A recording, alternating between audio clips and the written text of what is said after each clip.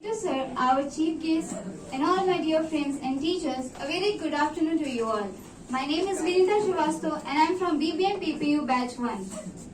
It has been very privileged for giving me such an honor to present in the topic post-COVID-19 socio-economic problem along with how has the Russia and Ukraine war affected the economy so badly. So firstly, I would like to talk about the war of which you are all aware, that is COVID-19. So COVID-19 is a respiratory illness in humans caused by the virus named as SARS-CoV-2 virus, which results in producing severe symptoms and in n number of cases, death too. It first appeared in Wuhan city of China in December 2019 and became pandemic in 2020. Its effect was suddenly felt by the whole world, due to which so many people lost their loved ones and dear ones. Our global economic condition has fallen sooner than expected. Millions of job losses, thousands of small industries were forced to shut down. People didn't have their capital to invest in their industries. There was financial crisis all around. Not only that, it also had a very bad impact on education system as well.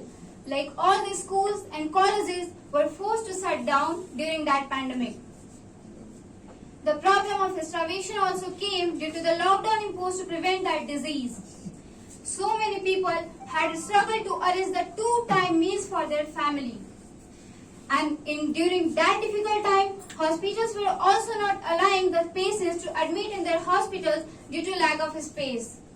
And due to all this, people were so scared among themselves that no one was ready to help each other. And after facing all the difficulties, when our global economic graph was struggling to stabilize, a new problem arose, that is the war between Russia and Ukraine. So it is well said that problems are like never-ending waves in the ocean. So this war started on 24th Feb 2022, in which Russia badly invaded Ukraine, and due to which around 14,000 people lost their lives. And apart from losing their lives, it also had a very big economic cost as well, like damaging the infrastructure, a decline in working population, breaking of commodities and social networks. Concluding remarks. So that's all. Finally, I would like to say that one should never lose hope, as there is always a positive shine followed by a negative one. So thank you.